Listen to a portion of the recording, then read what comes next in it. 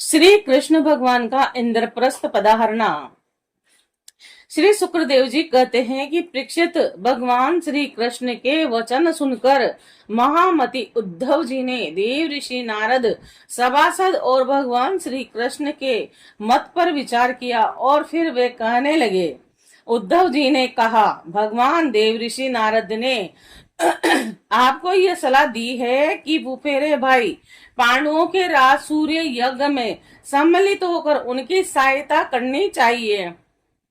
उनका यह कथन ठीक ही है और साथ ही यह भी ठीक है कि शरणागतों की रक्षा आवश्यक कर्तव्य है। प्रभु, जब हम इस दृष्टि से विचार करते हैं कि राज सूर्य यज्ञ वही कर सकता है जो 10 दिशाओं पर विजय प्राप्त कर ले, तब हम इस निर्णय पर बिना किसी दुविधा के पहुंच जाते हैं। पांडवों के यज्ञ और शरणागतों की रक्षा दोनों कामों के लिए जरासंध को जीतना आवश्यक है। प्रभु, केवल जरासंध को जीत लेने से ही हमारा महान उद्देश्य सफल हो जाएगा। साथ ही उससे बंदी राजाओं की मुक्ति और उसके कारण आपको सुयश की भी प्राप्ति हो जाएगी। राजा जरासंध बड़े बड़े लोगों के भी दांत खट्टे कर देते हैं, क्योंकि 10,000 हाथियों का बल उसे प्राप्त है और उसे यदि हरा सकते हैं तो केवल भीमसेन, क्योंकि वे भी वैसे ही बली हैं।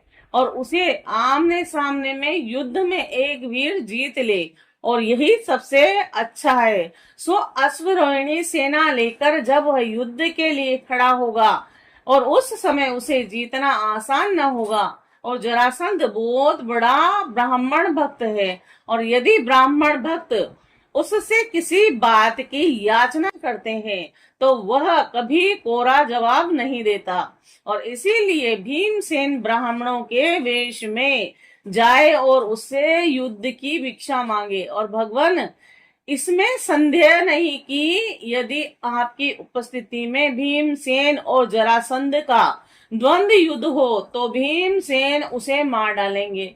और प्रभु, आप सर्वशक्तिमान रूप रहित काल स्वरूप हैं।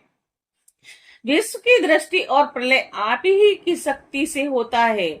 ब्रह्मा और शंकर तो उनमें निर्मित मात्र हैं और इस प्रकार जरासंध का वध तो होगा आपकी शक्ति से और भीमसेन केवल उनमें निर्मित मात्र बनेंगे। और जब इस प्रकार आप जरासंध का वध कर डालोगे तब कैद में पड़े हुए राजाओं की रानियां अपने महलों में आपकी इस विशुद्ध लीला का गान करेंगी कि आपने उनके शत्रु का नाश कर दिया और उनके प्राण पतियों को छुड़ा दिया, ठीक वैसे ही जैसे गोपियां शंखचूड़ से छुड़ाने की लीला का आपके शरणागत मुनिगण गजेंद्र और जानकी जी ने उद्धार की लीला का तथा हम लोग आपके माता पिता को कंस के कारागार से छुड़ाने की लीला का गान करते हैं। इसीलिए प्रभु, जरासंध का वध स्वयं ही बहुत से प्रयोजन सिद्ध कर देगा।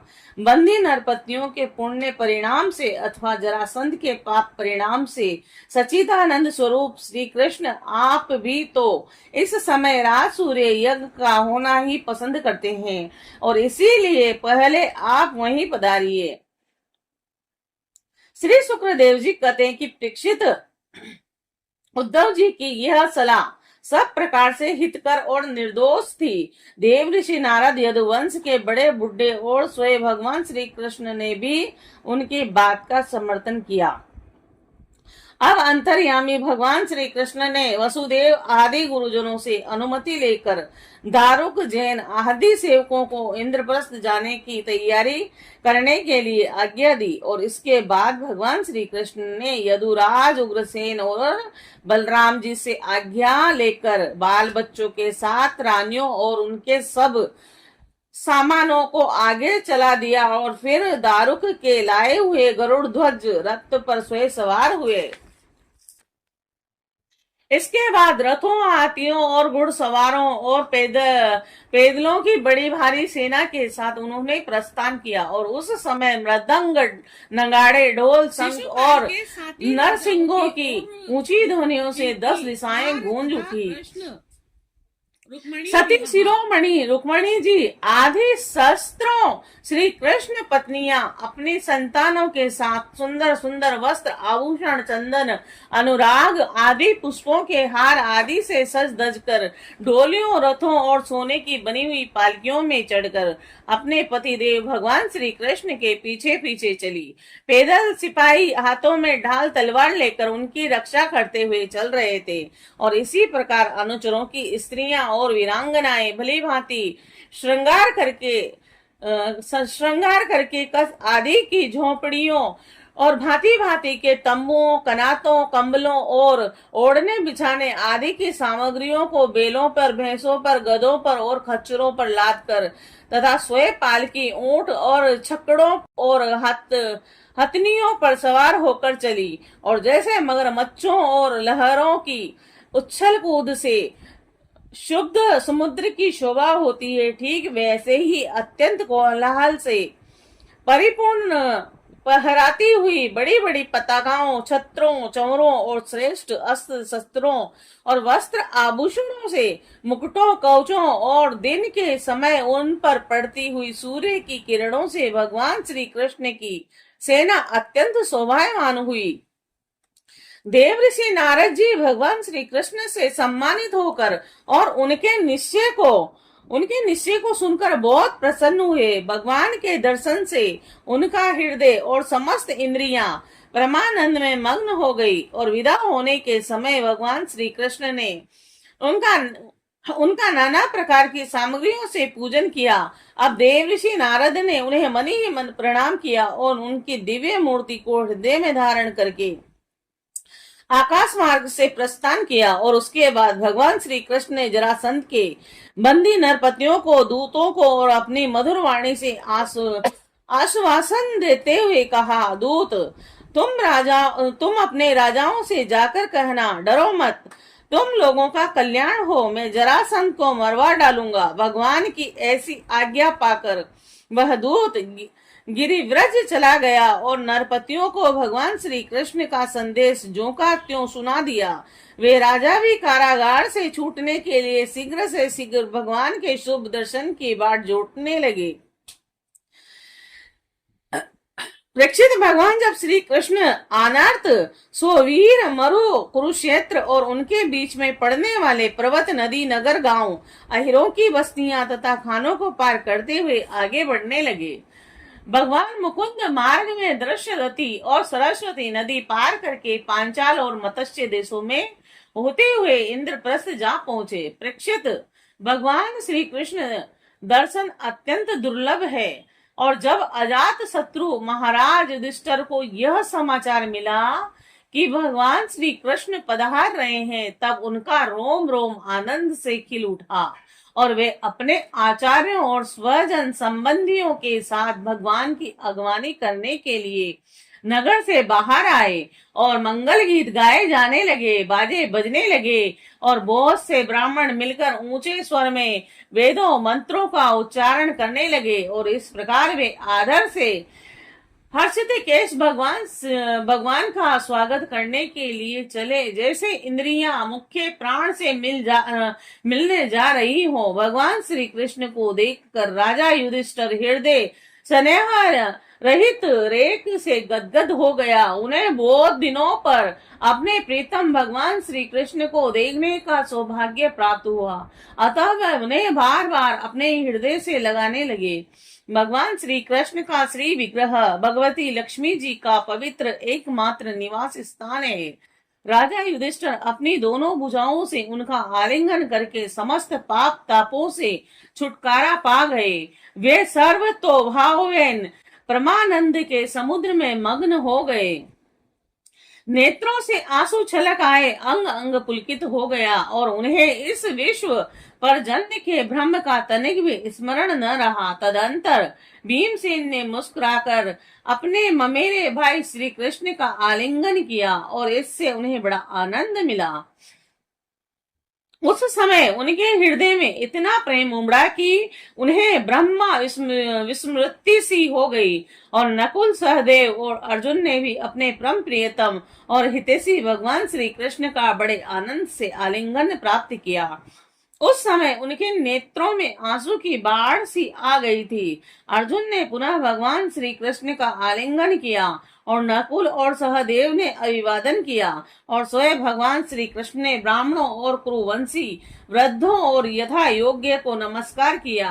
कुरु, संजय और केकय देश के नरपतियों ने भगवान श्री कृष्ण का सम्मान किया और भगवान श्री कृष्ण ने भी उनका यथोचित सत्कार किया। और सूत, मागध, बंदीजन और ब्राह्मण भगवान की स्तुति करने लगे तथा गंधर्व, नट, विदूषक आदि मृदंग, शंख, नगाड़े, वीणा, ढोल और नरसिंगे बजा बजा कर कमल नयन भगवान श्री कृष्ण को प्रसन्न करने के लिए नाचने गाने लगे। इस प्रकार यशस्वी भगवान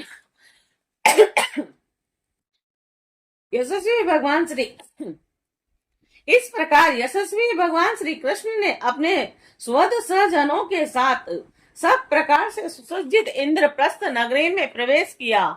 और उस समय लोग आपस में भगवान श्री कृष्ण की प्रशंसा करते चल रहे थे। इंद्रप्रस्थ नगरी की सड़कें और गलियां मतवाले हाथियों के मद से तथा सुगंधित जल से सींच दी गई थी। जगह जगह रंग बिरंगी झंडियां लगा दी गई थी और सुनहरे तोरण बांधे हुए थे, और सोने के जल भरे कलश स्थान स्थान पर शोभा पा रहे थे। नगर के नर नारी नहा धोकर नए वस्त्र, आभूषण, पुष्पों के हार तथा इत्र फुलेल आदि से सज धज कर घूम रहे थे। और घर घर में ठोर ठोर पर दीपक जलाए गए थे और इनसे दिवाली की सी छटा हो रही थी। प्रत्येक घर के झरोकों से धूप का धुआं निकलता हुआ बहुत ही भला मालूम होता था। सभी घरों के ऊपर पताकाएं फहरा रही थी तथा सोने के कलश और चांदी के शिखर जगमगा रहे थे। भगवान श्री कृष्ण इस प्रकार के महलों से परिपूर्ण पांडवों की राजधानी इंद्रप्रस्थ नगर को देखते हुए आगे बढ़ रहे थे। और जब युवतियों ने सुना कि मानव नेत्रों के पान पात्र अर्थात अत्यंत दर्शनीय भगवान श्री कृष्ण राजपथ पर आ रहे हैं, तब उनके दर्शन की उत्सुकता से, आवेग से उनकी चोटियों और साड़ियों की गांठें ढीली पड़ गई और उन्होंने घर का काम काज तो छोड़ ही दिया, सेज पर सोए हुए अपने पतियों को भी छोड़ दिया और भगवान श्री कृष्ण का दर्शन करने के लिए राजपथ पर दौड़ आई। सड़क पर हाथी, घोड़े, रथ और पैदल सेना की भीड़ लग रही थी और उन स्त्रियों ने अटारियों पर चढ़कर रानियों के सहित भगवान श्री कृष्ण का दर्शन किया। उनके ऊपर पुष्पों की वर्षा और मन ही मन आलिंगन किया और तथा प्रेम भरी मुस्कान चितवन से उनका सुस्वागत किया। और नगर के स्त्रियां राजपथ पर चंद्रमा के साथ विराजमान ताराओं के समान श्री कृष्ण की पत्नियों को देखकर आपस में कहने लगी, सखी बड़ भागिनी, रानियों ने न जाने ऐसा कौन सा पुण्य किया है जिसके कारण पुरुषोत्तम शिरोमणि भगवान श्री कृष्ण अपने उन्मुक्त हाथ से और विलासपूर्ण कटाक्ष से उनकी ओर देख कर उनके नेत्रों को परम आनंद प्राप्त करते हैं। और इसी प्रकार भगवान श्री कृष्ण राजपथ से चल रहे थे और स्थान स्थान पर बहुत से निष्पाप, धनी, मानी और शिल्पजीवी नागरिकों ने अपने अनेकों मांगलिक वस्तुएं लाकर उनकी पूजा अर्चना और स्वागत सत्कार किया। और अंतपुर की स्त्रियां भगवान श्री कृष्ण को देखकर प्रेम और आनंद से भर गई। उन्होंने अपने प्रेम विहल और आनंद से खिले नेत्रों के द्वारा भगवान का स्वागत किया और श्री कृष्ण उनका स्वागत सत्कार स्वीकार करते हुए राजमहल में पधारे। जब कुंती ने अपने त्रिभुवन पति भतीजे श्री कृष्ण को देखा, तब उनका हृदय प्रेम से भर आया।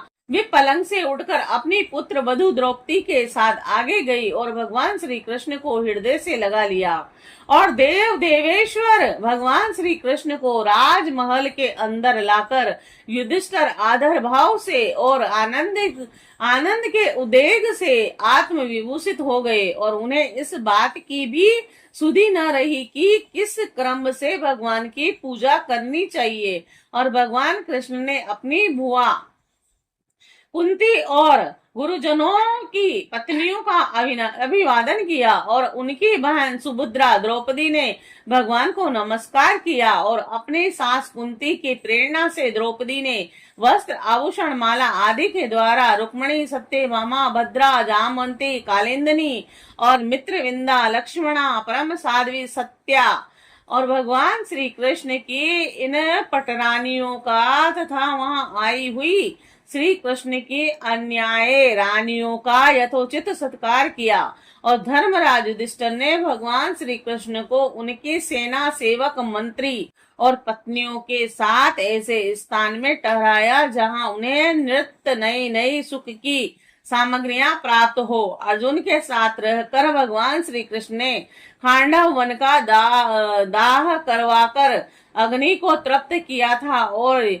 मयासुर को उससे